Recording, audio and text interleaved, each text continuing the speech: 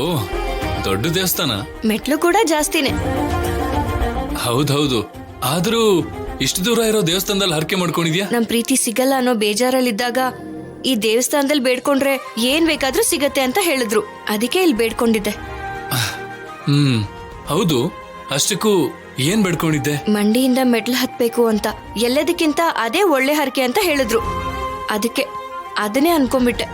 ರಾಜಿ, ಇಷ್ಟು ಮೆಟ್ಲು ಹತ್ಬೇಕು ಅಂದ್ರೆ ಕಷ್ಟ ಅಲ್ವಾ? ಕಷ್ಟದಲ್ಲಿರುವಾಗ ಹರಕೆಗಳು ಕೂಡ ಕಷ್ಟವಾಗಿರೋದೇ ಅನ್ಕೋಬೇಕಂತೆ. ಇಷ್ಟು ಕಷ್ಟವಾದ ಹರಕೆ ಮಾಡ್ಕೊಂಡಿದ್ಯಾ ಅಂದ್ರೆ ನನ್ ಮೇಲೆ ನಿನಗೆ ಎಷ್ಟು ಪ್ರೀತಿನೋ ನನಗೀಗ ಅರ್ಥ ಆಗ್ತಿದೆ ರಾಜಿ. ಆ ರೀತಿ ಬೇಡ್ಕೊಂಡಿರೋದಕ್ಕೇನೆ ಇವತ್ತು ನಮ್ ಪ್ರೀತಿ ಗೆದ್ದಿರೋದು.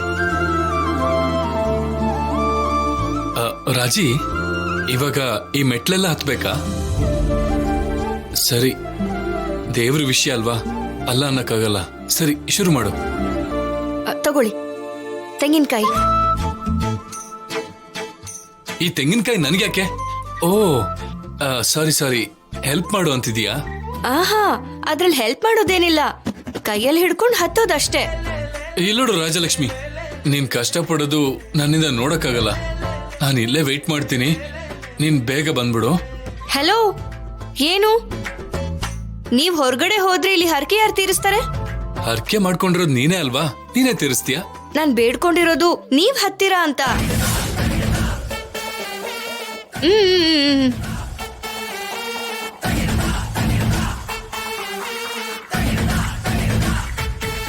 ಏನು, ಈ 2 ತೆಂಗಿನಕಾಯಿ ಹಿಡ್ಕೊಂಡು ಮೊಣಕಾಲಲ್ಲಿ ಈ ಸ್ಟೆಪ್ಸ್ ಹತ್ತೀನಿ ಅಂತ ಹರಕೆ ಮಾಡ್ಕೊಂಡಿರೋದು ನಾನ್ ಹತ್ತೀನಿ ಅಂತನಾ? ಅಯ್ಯೋ ಹೌದು. ಅದೇನ್ ರಾಜಿ, ನಿನ್ ಹರಕೆ ನೀನೇ ತೀರ್ಸ್ಬೇಕಲ್ವಾ? ಅವಾಗ ನನ್ ಪ್ರೀತಿನ ಬೇಡ ಅಂದು ನನ್ ಮನ್ಸಿಗೆ ಬೇಜಾರ್ ಮಾಡಿದ್ ನೀವೇ ತಾನೆ. ನಿಮ್ ಮನ್ಸನ್ ಬದಲಾಯಿಸಿದ್ರೆ ನಿಮ್ಮನ್ ಮೇಲ್ ಹತ್ತಿಸ್ತೀನಿ ಅಂತ ಬೇಡ್ಕೊಂಡಿದ್ದೆ. ಅದೇ ನೀವ್ ಪ್ರೀತಿಸಿದ್ರೆ ನಾನ್ ಹರಕೆ ಮಾಡ್ಕೊಳ್ಳೋ ಅವಶ್ಯಕತೆನೇ ಇರ್ತಿರ್ಲಿಲ್ಲ ಅಲ್ವಾ? ಈ ವಿಷಯ ನಂಗೆ ಮುಂಚೆನೆ ಹೇಳ್ಬೇಕಲ್ವಾ? ಇವಾಗ ಇಲ್ಲಿ ಮೆಟ್ಲು ಕೆಳಗ್ ನಿಂತ್ಕೊಂಡು ಹೇಳ್ತಿದ್ಯಾ? ಇವಾಗ ಹೇಳದ್ನಲ್ಲ ಸರ್. ಹಾ, ಹೇಳ್ದೆ ಬಿಡು. ಮೇನ್ ವಿಷಯ ಬಿಟ್ಟು ಎಲ್ಲ ವಿಷಯ ಹೇಳ್ದೆ.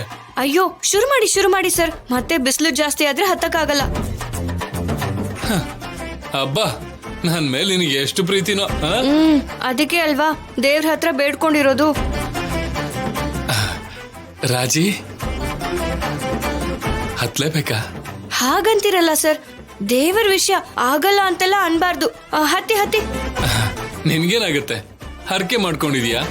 ಇವಾಗ ಹರಕೆ ತೀರ್ಸ್ಬೇಕಾಗಿರೋದು ನಾನೇ ಅಲ್ವಾ? ಅಯ್ಯೋ, ಎಂತ ಮಾತಾಡ್ತೀರಾ ಸರ್? ಹತ್ತಿ. ಕೂತ್ಕೊಳ್ಳಿ ಸರ್, ಕೂತ್ಕೊಳ್ಳಿ, ಹಿಡ್ಕೊಳ್ಳಿ.